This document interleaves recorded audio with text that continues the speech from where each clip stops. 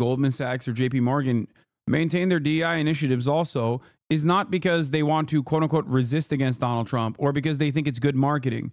It's because diversity, equity, and inequality initiatives, or inequality, is that what? Inclusion initiatives are good. Okay? I don't know what those standards turn into for, yeah.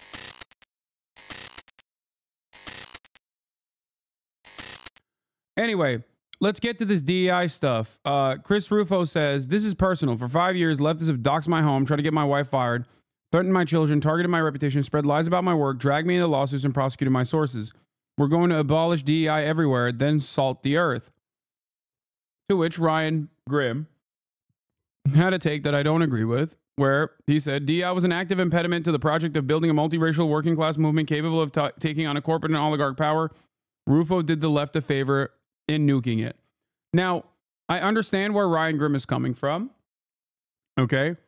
But the reality of the matter is that Christopher Rufo lasering in on this like otherwise aesthetic initiative to try to make workplaces more diverse or more tolerant or more understanding or whatever the fuck. That wasn't actually done at the behest of like abolishing the identity standards in an effort to create class standards in its wake. No, he just used it doesn't have to be DEI. It could be anything else. It was just a representation.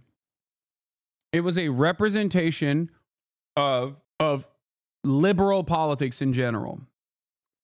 Okay? Noah says, I personally don't think Rufo did the left a favor by helping eliminate affirmative action under the guise of anti-corporate activism. What even is DEI? This is a rhetorical question. It's been evacuated of all meaning because its primary context, corporate workplaces doing the work of civil rights enforcement that the government neglects, isn't really in the hands of the groups or blue hairs.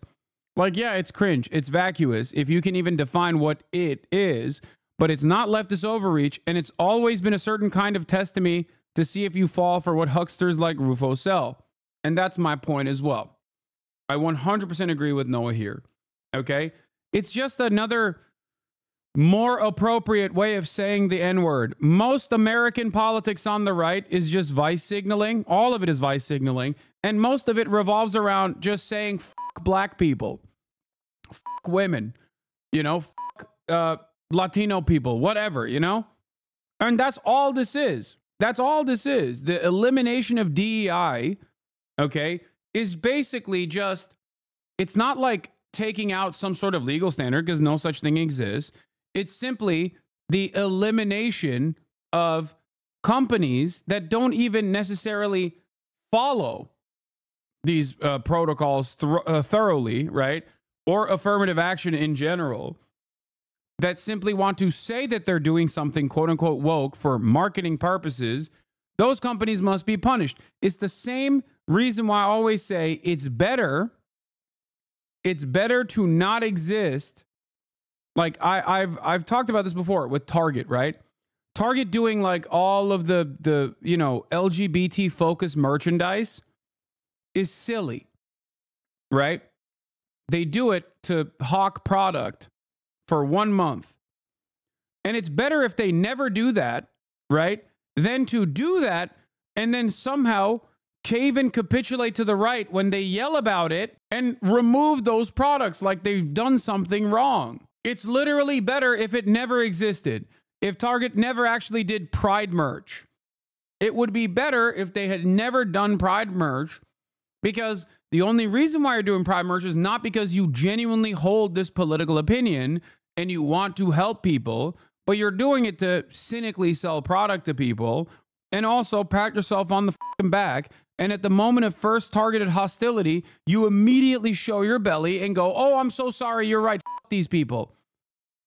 That gives them more authority.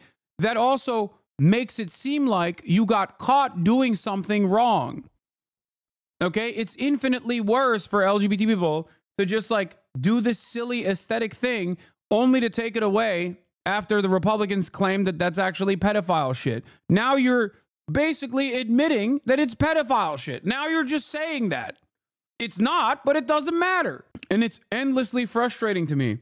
There's a difference between, for example, Target doing that versus Ben & Jerry's. Okay? It is obvious that Ben & Jerry's is run by two people that have a political opinion, a genuine one. And they are willing to even lose revenue to defend said political opinion. Okay? They're not doing that because they want to market the product. They're doing that because that's what they believe, right? So that's the difference. And while Ben & Jerry's is run by Unilever, okay, I know what you're going to put this out there to be like, oh, dude, they're still doing it for marketing. You're a fucking moron, because no one, regardless of what mega conglomerate owns their company, is going to actively try to abide by BDS standards when they're run by a mega conglomerate, and it actually causes that mega conglomerate to have massive amounts of legal trouble as a consequence of this. That's it. And now you will once again see the reality. If you were even for a brief moment, yeah, Ben & Jerry's is also suing Unilever, and you're over here being like, oh, they're run by Unilever. Shut up. They are a great example of a company that does actually care about the politics that it's representing. And that's why in certain instances, their politics might even come across as radical.